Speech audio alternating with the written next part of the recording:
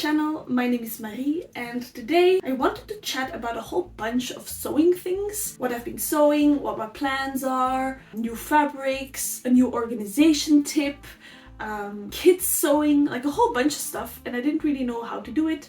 So I thought, let's just make a Friday Sews video. Friday Sews, if you don't know, is a hashtag here on YouTube started by Today's Indian Sewing Room, and everybody is encouraged to share what they've been sewing, having sewing chats basically. So that's what I'm doing today. It's my very first Friday Sews video. I will try not to waffle on too long because there's a lot I want to talk to you about. There will be timestamps below if you're interested in a specific part. But yeah, let's jump into it. Before, let me quickly share what I'm wearing. I don't know if you'll be able to see. These are dungarees I sewed last year. They're the Gabardine dungarees by Merchant & Mills. It's a Mind Maker Gabardine or Twill. I love these. I'm very proud of this make. I will link a post down below with all the information about this make. But yeah, I like wearing this when I'm about to be chill and cozy. So anyway, let's chat about the things that I have made in January. Okay, let's start with the most involved make of the month. I made this overshirt for my partner. He likes to woodwork, and I thought it would be nice for him to have a nice over jacket. So when he goes to woodwork, he can be all protected and dust free when he comes back into the house. Technically, I started this in November last year, but I finished it in January. And it definitely took a lot of time because I find sewing for other people very difficult. And this will be a theme in the next make. Anyway, let me talk to you about what this jacket is all about. Let me take my notes. So this is the Paula jacket by the fabric store, a free pattern that I've seen all over Instagram and the internet, so I thought to give it a shot as well. I made the size 16 to 18, and I think the pattern goes up to a size 30. Did I say it's a free pattern? I don't know. It fits him well, although I feel like in the back it's a bit too tight on the upper back and a bit strange on the lower back. A bit too voluminous, but you know, it's fine. It's an overcoat. It doesn't need to be tailored to the T. The fabric is a dead stock fabric I bought at the fabric sales. It's quite a sturdy twill. Very nice quality. It's actually a dead stock fabric from the brand Esselte, which is a Belgian brand. Very fancy, way too fancy for an overcoat for a woodworking workshop.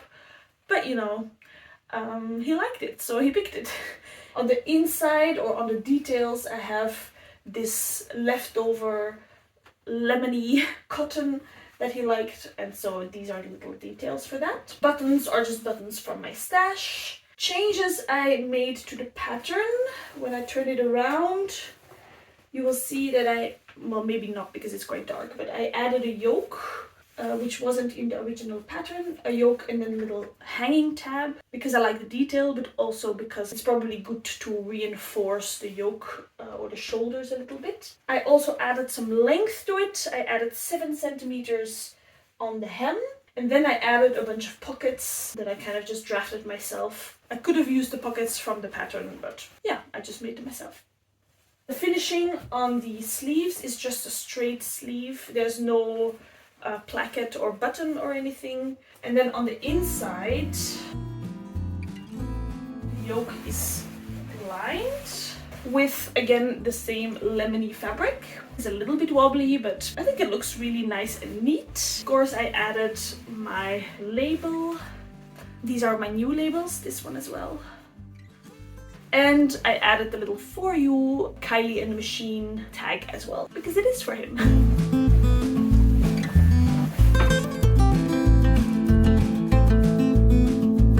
As I said, sewing for others, I don't find it easy, because in terms of fit and in terms of like where to add volume, things like that, you don't always have the chance to try it on in between.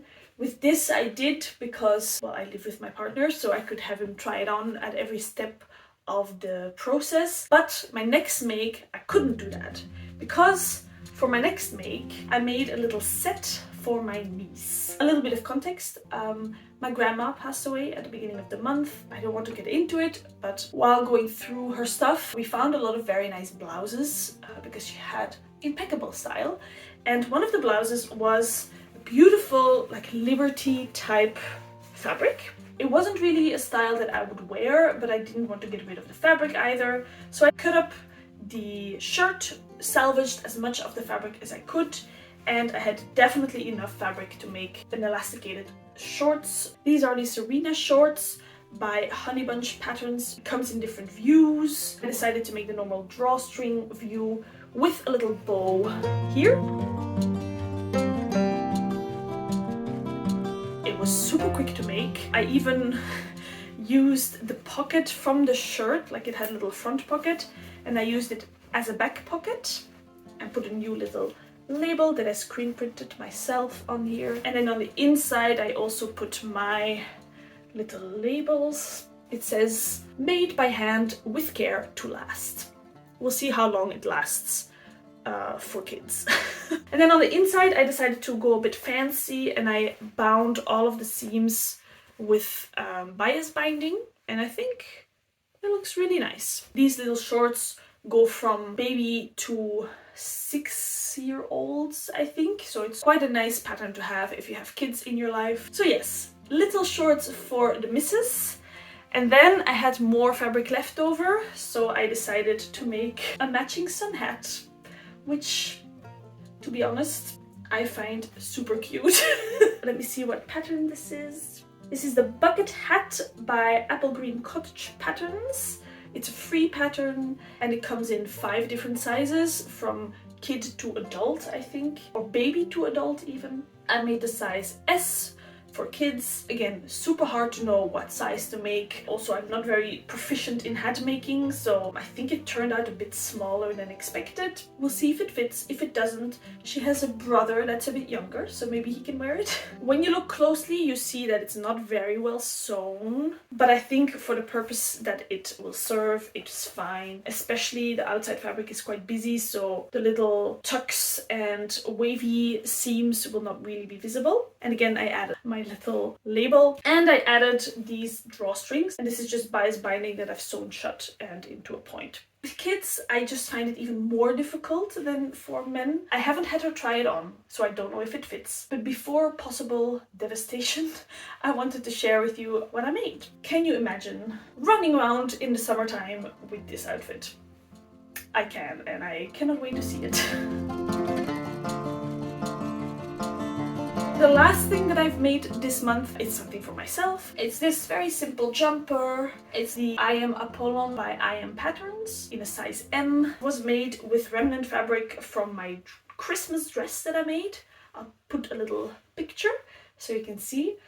I had some leftover fabric and I didn't want to throw it away. I did some alterations to fit this into the fabric that I had, so I cropped it. The back waistband is really like a bunch of pieces sewn together, and I didn't have enough length for full-length sleeves, so I added a bit longer cuffs. It has already been worn and washed, and the fabric is holding up okay-ish. It's not the most well-made thing. I didn't really put a lot of effort into like finishings and details. This was also my first make of the month, and as a bit of a comfort sew, this was perfect. All in all, for a month that was quite hard, I think these were the perfect projects to kind of distract myself and to make myself feel better.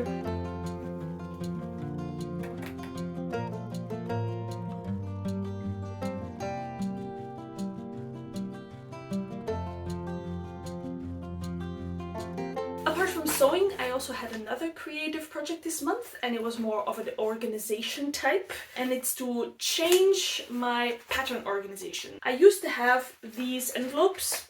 It's just like a bunch of brown envelopes in which I store my patterns. This worked, but I found that a lot of my envelopes were kind of just ripping because of trying to fit way too big patterns in there, reusing a lot of patterns over and over and over again. And so a lot of these were kind of getting completely wrecked. So I went on the hunt for another system. I kind of wanted to find a similar type envelope, but with the opening on the long side, instead of like having to dive into it like from the top. But the only thing that I found were plastic envelopes like that. I'll put a little picture so you know what I mean. And they look practical, but I didn't want to use plastic. Also, I think it's quite expensive if you buy a whole bunch of them, because I do have a lot of patterns. So I decided to take matters in my own hands, and I made my own envelope system. So instead of these, I went for these. These are much more sturdy. It's like actual carton, not just paper. And as you can see, they open like this. And then they have 3 flaps to hold things in place, which I thought was going to be much more practical to kind of see all of your pattern pieces. Also easier to fit things in there. So I really like these. I didn't really like the front, so I decided to make some labels to stick on them. They look like this. It's very simple. It's basically just a spot for the name of the pattern company, sizing information, and then a little line drawing of the pattern itself. And this is the result. It all looks super nice and neat. It's all the same.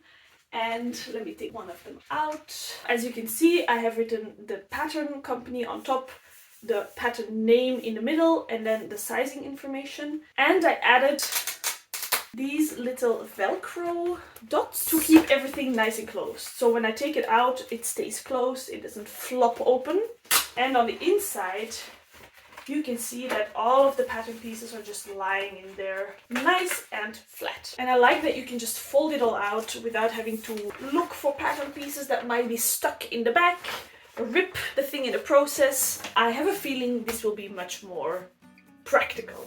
And you can see I also used little colored stickers. So I have a color for tops, bottoms, so pants and skirts, full body items, jumpsuit, dresses, dungarees, things like that, outerwear and sweaters, baby and kids patterns, accessories, so I can just sift through my patterns and kind of see what I have. I have a whole bunch of envelopes left, so I can add more patterns to my collection if I need to. I was really happy to do this. I did quite a lot of research to find good envelopes, good stickers, the little Velcro dots, but to be honest, I think it was time well spent. And don't you fear, I'm not letting these envelopes go to waste, definitely not. What I'm doing right now is cutting all of these up and keeping these little sheets for like shopping lists, doodle things. So I already have a lot. I still have quite a few patterns to go through, so I'll have to come up with something to do with these, but I'm not letting it go to waste, don't you worry.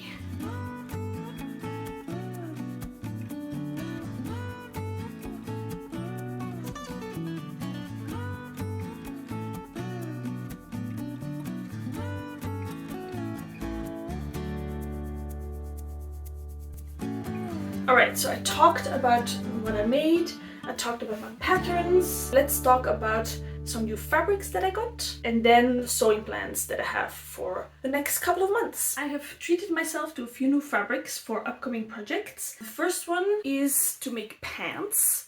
Now, I won't go into too much detail about this because I'm planning on making a video about the whole process, but I wanted to share the fabric that I got for it. And it's this beautiful sage greeny twill. It's a twill from Atelier Brunette. Again, I'm not going into much detail because I'm planning to make a whole video about it. So if you want to know what I make with this fabric, subscribe to my channel and you can find out. Anyway, moving on. This week I got a super exciting delivery. I ordered some beautiful linen bed sheets. I mean, it's not fabric, but I think people that like sewing appreciate beautiful fabric. So let me show you. These are the sheets. I mean, it's basically the same color as the pants, but a bit lighter. I ordered them on Linen Me, which is an online store and Etsy shop. I was very excited because we have oddly sized pillows, and I find it very hard to find bedsheet sets that match these pillow sizes, and on this website you can actually custom order the size of your pillows, so I found that super helpful. The joy I feel holding these, thinking about sleeping in them. They also sell fabric that you can buy per meter, and I have been wanting to make a nice sheer curtain for in my little sewing room. because right now I have blinds that are great for making it dark in here, but it's not very cozy, it's not very warm. So I took the opportunity to order some lightweight linen. They call it the color silver, but it's this beautiful off-white, a bit towards the grey side, and it's quite thin, or sheer I should say. Maybe you can see me behind it. Hello. Which I wanted because I wanted something to block out the view, give me some privacy, but to still let some light through. So that's why I got this. So this weekend I will sew up my curtains, and I cannot freaking wait to have beautiful linen curtains in my sewing space. It was definitely an investment, especially the sheets. Let's be honest about this. The curtain fabric was, I think, around 60 euros, but of course I still have to make the curtains, so it's not cheap. It would have been cheaper to go to IKEA or whatever. I will put all the references to the fabrics, to the patterns and everything down in the description box so you can go check it out. Anyway, linen, we love it.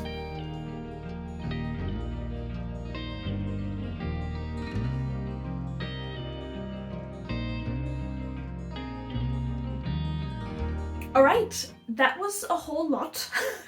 If you're still here, thank you for sticking all the way until the end. It was really nice to just chat about projects, organization, new fabric. I really enjoyed it. I hope you enjoyed it as well. Let me know if you like these kind of relaxed, a bit more chaotic videos. It really motivated for my next sewing plans as well. My curtains, my pants, those two will keep me very busy, I'm sure. My next video will be about the pants. I've said it again, so now I have to make them. So yeah, subscribe if you like to. You can also find me on Instagram if you want more regular updates. Thank you for watching all the way until the end. I hope to see you on here very soon, and until next time, happy sewing!